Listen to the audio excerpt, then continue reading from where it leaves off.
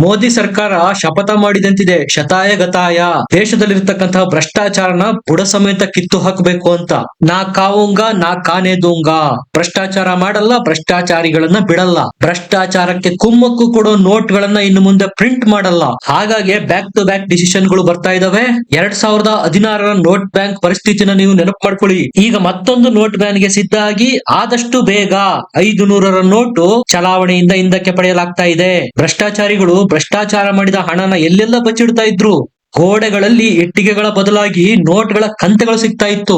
Toilet ರೂಮ್ಗಳಲ್ಲಿ ಮಲಗೋ ಬೆಡ್ಡಿನ ಕೆಳಗೆ brief case ನಲ್ಲಿ ಯಾರಿಗೂ ಗೊತ್ತಾಗದಂತೆ 500ರ ನೋಟ್ಗಳನ್ನ ನಾಜೂಕಾಗಿ ಹೊಂದಿಸಿ ಬಿಡ್ತಾ ಇದ್ರು. ಭ್ರಷ್ಟಾಚಾರಿಗಳ ಮನೆಯ ಗೋಡೆ ಒಡೆದ್ರೆ ನೋಟ್ಗಳ ಕಂತೆ ಹೊರಗೆ ಬರ್ತಾ ಇತ್ತು. ನೋಟ್ಗಳ ಕಂತೆಯನ್ನೇ ಬೆಡ್ಡನ್ನಾಗಿಸಿ ಆಸಿ ಒದ್ದು ಮಲಗ್ತಾ ಇದ್ರು ಭ್ರಷ್ಟಾಚಾರಿಗಳು. ಅವರಿಗೆಲ್ಲ ನೋಟ್ ಬ್ಯಾನ್ ಸುದ್ದಿ ಇದೆಯಲ್ಲ, ಬರಸಡಿಲು ಬಡಿದಂತೆ. ಅದು ಈ ಬಾರಿ ಇದನ್ನ ಪ್ರಸ್ತಾಪ ಮಾಡಿರೋರು ಯಾರು? ಬಿಟ್ಟನೆಂದರು ಬಿಡದಿ ಮಾಯೆ ಅನ್ನುವಂತೆ 2016ರಿಂದ ಮೋದಿ ಬೆನ್ನತ್ತಿರುವ ನೋಟ್ ಬ್ಯಾನ್ ಆಗಲೇಬೇಕು ಅಂತ ನೋಟ್ ಬ್ಯಾನ್ ಗೆ ಕಾರಣ ಆಗಿರುವ ಚಂದ್ರಬಾಬು ನಾಯ್ಡು. ಇದೇ ಮೊದಲಲ್ಲ ಚಂದ್ರಬಾಬು ನಾಯ್ಡು ಈ ಡಿಮಾಂಡ್ ಇಡ್ತಾ ಇರೋದು. 2016ರ ನೋಟ್ ಬ್ಯಾನ್ಗೂ ಮುಂಚೆ ಇದೇ ರೀತಿಯ ಡಿಮಾಂಡ್ ಇಟ್ಟಿದ್ರು.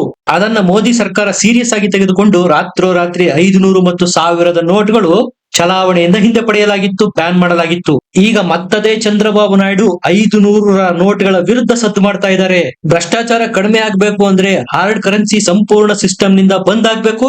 ಕೇವಲ ಚಂದ್ರಬಾಬು ನಾಯ್ಡು ಅಷ್ಟೇ ಅಲ್ಲ, ಸಾಮಾನ್ಯ ಜನ ಸಹ ಡಿಮ್ಯಾಂಡ್ ಮಾಡ್ತಾ ಇದ್ದಾರೆ. ಭ್ರಷ್ಟಾಚಾರ ಕಡಿಮೆ ಮಾಡೋದಕ್ಕೆ ಏನ್ ಬೇಕೋ ಅದನ್ನೆಲ್ಲ ಮಾಡಿ, ತೊಂದರೆ ಆದ್ರೂ ಪರವಾಗಿಲ್ಲ, ನಾವು ಡಿಜಿಟಲ್ ಎಕಾನಮಿಗೆ ನಮ್ಮ ಕೈಲಾದ ಕೊಡುಗೆ ಕೊಡ್ತೇವೆ, ಆದಷ್ಟು ಬೇಗ ಈ ಕರೆನ್ಸಿನ ತನ್ನಿ ಅಂತ ಸಾಮಾನ್ಯ ಜನ ಸಹ ಹೇಳೋದಕ್ಕೆ ಶುರು ಮಾಡಿದ್ದಾರೆ. ಈ ವಿಷಯ ಸಾಕಷ್ಟು ಗಂಭೀರ. ಯಾಕಂದ್ರೆ ಯಾವುದೇ ಭ್ರಷ್ಟಾಚಾರಿಯ ಮನೆಯ ಮೇಲೆ ದಾಳಿ ಮಾಡಿದ್ರು ಅಲ್ಲಿ ಸಿಗ್ತಾ ಇದ್ದಿದ್ದು 500ರ ಕಂತೆ ನೋಟ್ಗಳು.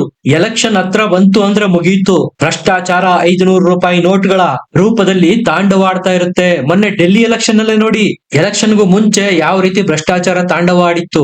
ದೊಡ್ಡ ಅಮೌಂಟ್ ನ ಕರೆನ್ಸಿ ನೋಟು ಎಕ್ಸಿಸ್ಟೆನ್ಸ್ ಅಲ್ಲಿರೋದು ಭ್ರಷ್ಟಾಚಾರಕ್ಕೆ ರೆಡ್ ಕಾರ್ಪೆಟ್ ಹಾಸಿ ಸ್ವಾಗತ ಮಾಡದಂತೆ. ನೀವೇ ಯೋಚನೆ ಮಾಡಿ, 100 ರೂಪಾಯಿ ಅಥವಾ 200 ರೂಪಾಯಿ ಕರೆನ್ಸಿಯ 1 ಲಕ್ಷ ರೂಪಾಯಿ ಸೂಟ್ ಕೇಸ್ ಅಲ್ಲಿ ತುಂಬೋದೇ ಇಲ್ಲ. ಮೊದಲಾಗಿದ್ರೆ 2000 ರೂಪಾಯಿ ನೋಟ್ ನ 1 ಲಕ್ಷ ರೂಪಾಯಿ ಮೇಲ್ನ ಜೇಬಲ್ಲ ಇಟ್ಕೊಂಡು ಆರಾಮಾಗಿ ಹೋಗಿ ಬಿಡ್ಬೋದಾಗಿತ್ತು. ಇಲ್ಲೂ ಬಿಜೆಪಿ ಸರ್ಕಾರದ ಮಾಸ್ಟರ್ ಸ್ಟ್ರೋಕ್ ಇದೆ ನೋಡಿ. ಈ ಡಿಮ್ಯಾಂಡ್ ನ ಒಂದು ವೇಳೆ ಬಿಜೆಪಿ ಸರ್ಕಾರದ ಯಾವ್ದಾದ್ರು ಮುಖ್ಯಮಂತ್ರಿಗಳು ಇಟ್ಟಿದ್ರೆ ಆರಾಮವಾಗಿ ಆರೋಪಗಳನ್ನ ಮಾಡ್ಬಿಡ್ತಾ ಇತ್ತು ಪ್ರತಿಪಕ್ಷ. ಇದೆಲ್ಲ ಬಿಜೆಪಿಯ ಕುತಂತ್ರ, ತಂತ್ರ, ಪ್ರತಿತಂತ್ರ ಅಂತ. ಈಗ ಅದನ್ನ ಚಂದ್ರಬಾಬು ನಾಯ್ಡುರ ಮೂಲಕ ಇಡಿಸಿರೋದ್ರಿಂದ NDA ಒಗ್ಗಟ್ಟಾಗಿದೆ, ನೋಟ್ ಬ್ಯಾನ್ ಗೆ ಎಲ್ಲ ಪಕ್ಷಗಳ ಸಹಮತಿ ಇದೆ ಅನ್ನೋ ಸ್ಪಷ್ಟ ಸಂದೇಶನ ಸಾರಿದಂತಾಗತ್ತೆ. 2016ರಲ್ಲಿ 500 ಮತ್ತು 1000 ರೂಪಾಯಿ ನೋಟ್ ಬಂದಾದಾಗ ಆ ಕರೆನ್ಸಿಯನ್ನ ಸರಿದೂಗಿಸೋದಿಕ್ಕೆ ಮಾನಿಟೈಸೇಷನ್ ಆಗಿ 2000 ರೂಪಾಯಿ ನೋಟ್ ಅನ್ನ ತರಲಾಯ್ತು. ಯಾಕಂದ್ರೆ ಚಂದ್ರಬಾಬು ನಾಯ್ಡು ಬರೋದು ಆಂಧ್ರ ಪ್ರದೇಶದಿಂದ. ಅಖಂಡ ಆಂಧ್ರ ಪ್ರದೇಶ ಇದ್ದಾಗ ಮುಖ್ಯಮಂತ್ರಿ ಆದ ಅನುಭವ ಇದೆ ಅವರಿಗೆ. ಬೆಂಗಳೂರು ಬಿಟ್ರೆ ಹೈದರಾಬಾದು IT ಹಬ್ಬು. ಸಹಜವಾಗಿ ಅವರಿಗೆ ಗೊತ್ತಿದೆ ಮುಂದಿನ ಎರ ಏನಿದ್ರು ಡಿಜಿಟಲ್ ತಂತ್ರಜ್ಞಾನದ್ದು. ನೋಟ್ ಬಂದಿ ಆಗ್ಲೇಬೇಕು, ದೇಶದ ಎಕಾನಮಿ ಉದ್ಧಾರ ಆಗಬೇಕು ಅಂದ್ರೆ ಈ ಕರೆನ್ಸಿ, ಡಿಜಿಟಲ್ ಕರೆನ್ಸಿ ಬರ್ಲೇಬೇಕು ಅನ್ನೋದು ಚಂದ್ರಬಾಬು ನಾಯ್ಡು ವಾದ. ಆಗ ಸಹ ಚಂದ್ರಬಾಬು ನಾಯ್ಡು ಮನವಿ ಮಾಡಿದ್ರು, ಆದಷ್ಟು ಬೇಗ 2000 ರೂಪಾಯಿನೂ ಬಂದ್ ಮಾಡಿ ಅಂತ. 2023ರಲ್ಲಿ RBI 2000 ರೂಪಾಯಿ ನೋಟ್ಗಳ ಪ್ರಿಂಟ್ ಅನ್ನ ಬಂದ್ ಮಾಡ್ತು. ಅದಾದ ನಂತರ ಭಾರತದ ಅರ್ಥವ್ಯವಸ್ಥೆಯಲ್ಲಿದ್ದ ಎಲ್ಲ 2000 ರೂಪಾಯಿ ನೋಟ್ಗಳನ್ನ ಹಿಂಪಡಿತು. ಈಗ ಅದು ನಿಮ್ಮ ಕಣ್ಣಿಗೆ ಕಾಣೋದೂ ಇಲ್ಲ. ಚಂದ್ರಬಾಬು ನಾಯ್ಡು ಈ ಡಿಮ್ಯಾಂಡ್ ಇಟ್ಟ ನಂತರ RBI ಸಹ ಒಂದು ನೋಟಿಫಿಕೇಶನ್ ಹೊರಡಿಸಿದೆ. ಇದು ಈಗ ಬರ್ತಾ ಇರುವ ಬ್ರೇಕಿಂಗ್ ನ್ಯೂಸ್. ಇನ್ನು ಮುಂದೆ ATM ನಲ್ಲಿ ಕೇವಲ 100, 200, 50, 20, 10ರ ನೋಟ್ಗಳು ಮಾತ್ರ ಬರಬೇಕು. ಕಾಲಕ್ರಮೇಣ 500ರ ನೋಟ್ಗಳನ್ನ ATM ನಿಂದ ಡಿಸ್ಪೆನ್ಸ್ ಮಾಡೋದು ಕಡಿಮೆ ಆಗಬೇಕು. ಇದಕ್ಕೆ ಟಾರ್ಗೆಟ್ ಇಟ್ಟಿದೆ RBI ತನ್ನ ನೋಟಿಫಿಕೇಶನ್ ರಿಲೀಸ್ ಮಾಡಿ. ಏನಿದೆ ಈ ನೋಟಿಫಿಕೇಶನ್ ನಲ್ಲಿ ಅಂದ್ರೆ ಸೆಪ್ಟೆಂಬರ್ ಹೊತ್ತಿಗೆ 75% ATM ಗಳಲ್ಲಿ ಕೇವಲ 100, 200ರ ನೋಟ್ಗಳು ಮಾತ್ರ ಡಿಸ್ಪೆನ್ಸ್ ಆಗ್ಬೇಕು. ಇನ್ನೇನು 4-5 ತಿಂಗಳು ಅಷ್ಟೇ. 75% ATM ಗಳಲ್ಲಿ ನಿಮಗೆ ಕೇವಲ 100, 200ರ ನೋಟ್ಗಳು ಮಾತ್ರ ಕಾಣೋದಕ್ಕೆ ಸಿಗುತ್ತೆ. ಅದಾದ ನಂತರ ನೆಕ್ಸ್ಟ್ ಸ್ಟೆಪ್ ಏನು ಅನ್ನೋದನ್ನು RBI ತನ್ನ ನೋಟಿಫಿಕೇಶನ್ ನಲ್ಲಿ ಹೇಳಿದೆ. 2026ರ ಮಾರ್ಚ್ ವೇಳೆಗೆ 90% ATM ಗಳಲ್ಲಿ ಕೇವಲ 100 ಮತ್ತು 200 ರೂಪಾಯಿ ಮಾತ್ರ ಡಿಸ್ಪೆನ್ಸ್ ಆಗಬೇಕು. ATM ಮಷಿನ್ ನಲ್ಲಿ ಫಸ್ಟ್ ಟ್ರೇ ನಲ್ಲಿ ಏನು 500 ರೂಪಾಯಿ ನೋಟ್ಗಳು ಇರ್ತಾ ಇತ್ತು, ಅದು ಈಗ ಇರೋದಿಲ್ಲ. ಸೆಕೆಂಡ್ ಟ್ರೇ ನಲ್ಲಿ 100 ಮತ್ತು 200 ರೂಪಾಯಿ ಮಾತ್ರ ಇರುತ್ತೆ.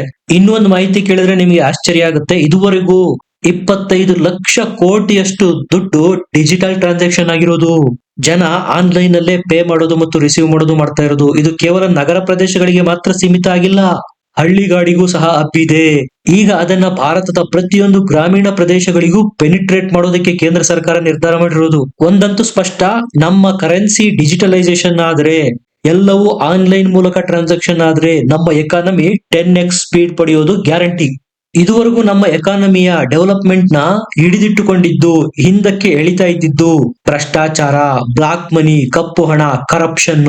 ನೀವು ಅಬ್ಸರ್ವ್ ಮಾಡಿರ್ಬೋದು, ATM ಗಳಲ್ಲಿ 500ರ ನೋಟ್ಗಳ ಸಂಖ್ಯೆ ಕಡಿಮೆ ಆಗ್ತಾ ಇದೆ. ಮೋದಿ ಅವರ ಟಾರ್ಗೆಟ್ ಎಲ್ಲವನ್ನು ಆನ್ಲೈನ್ ಮಾಡಬೇಕು, ಕೊಳ್ಳುವಿಕೆ ಎಲ್ಲವೂ ಡಿಜಿಟಲ್ ಆಗ್ಬೇಕು.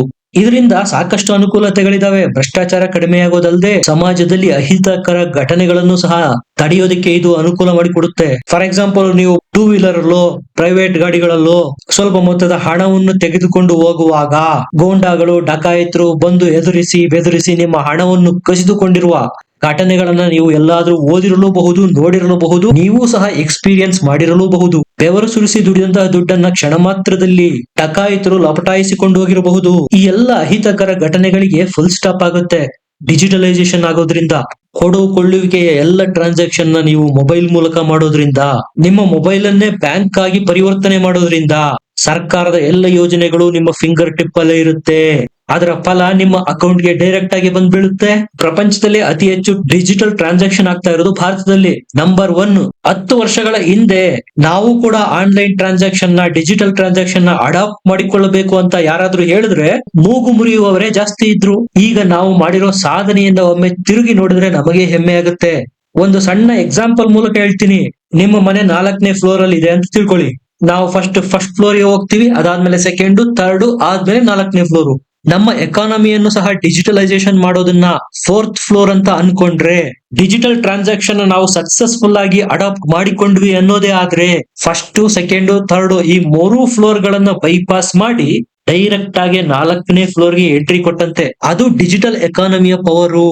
ಮಧ್ಯದಲ್ಲಿ ಬರ್ತಕ್ಕಂತಹ ಫಸ್ಟ್, ಸೆಕೆಂಡ್, ಥರ್ಡ್ ಅನ್ನುವ ಸ್ಪೀಡ್ ಬ್ರೇಕರ್ಸ್ ನ ಎಲ್ಲವನ್ನು ಡಿಜಿಟಲೀಕರಣಗೊಳಿಸೋದ್ರಿಂದ ಖತಮ್ ಮಾಡಬಹುದು. ನಾವು ಒಂದು ವೇಳೆ ಇದನ್ನ ಸಕ್ಸಸ್ಫುಲ್ ಆಗಿ ಅಡಾಪ್ಟ್ ಮಾಡಿಕೊಂಡಿದ್ದೇ ಆದ್ರೆ, ನಮ್ಮ ಮುಂಬರಲಿರುವ ಜನರೇಷನ್ ನಮ್ಮನ್ನ ಕೃತಜ್ಞತಾ ಭಾವದಿಂದ ನೆನಪಿಸಿಕೊಳ್ತಾರೆ. ಗಾಬರಿ ಆಗೋ ಅವಶ್ಯಕತೆ ಇಲ್ಲ. 2016ರ ರೀತಿ ಇದ್ದಕ್ಕಿದ್ದಂತೆ ದಿಢೀರಂತ ಮೋದಿಯವರು ಟೆಲಿವಿಷನ್ ಮುಂದೆ ಬಂದು ಬಾಯಿಯೋ ಬೆಹನೋ 500ರ ನೋಟು ನಾಳೆಯಿಂದ ಚಲಾವಣೆಯಲ್ಲಿರಲ್ಲ ಅನ್ನುವುದಿಲ್ಲ. ಆದ್ರೆ ಆ 500ರ ನೋಟ್ ಬ್ಯಾನ್ ಅನ್ನ ಸೈಲೆಂಟ್ ಆಗಿ ಮಾಡಿ ಮುಗಿಸ್ತಾರೆ. 2000 ರೂಪಾಯಿ ಆದಂತೆ. ಅದನ್ನೇ ಹೇಳಿರೋದು RBI ತನ್ನ ನೋಟಿಫಿಕೇಶನ್ ಅಲ್ಲಿ. ಬೈ ಸೆಪ್ಟೆಂಬರ್ 75% ATM ಅಡಾಪ್ಟ್ ಮಾಡ್ಕೊಳ್ಬೇಕು. ಬೈ ಮಾರ್ಚ್ 90% ಆಫ್ ATM ಕೇವಲ 100 ಮತ್ತು 200 ನೋಟ್ಗಳನ್ನ ಮಾತ್ರ ಡಿಸ್ಪೆನ್ಸ್ ಮಾಡಬೇಕು ಅಂತ. 2000 ರೂಪಾಯಿ ನೋಟು ಯಾವ ರೀತಿ ಬಂತೋ, ಯಾವ ರೀತಿ ಹೋಯ್ತೋ ಯಾರಿಗೂ ಗೊತ್ತಾಗ್ಲಿಲ್ಲ. ಅದೇ ರೀತಿ 500 ರೂಪಾಯಿಯ ಕಥೆಯೂ ಆಗಲಿದೆ. ನಿಮ್ಗೆ ಏನನ್ಸುತ್ತೆ? ಕಮೆಂಟ್ ಮಾಡಿ, ಲೈಕ್ ಮಾಡಿ, ಚಾನಲ್ ನ ಸಬ್ಸ್ಕ್ರೈಬ್ ಮಾಡಿ. ಮತ್ತೆ ಸಿಗೋಣ. ನಮಸ್ಕಾರ.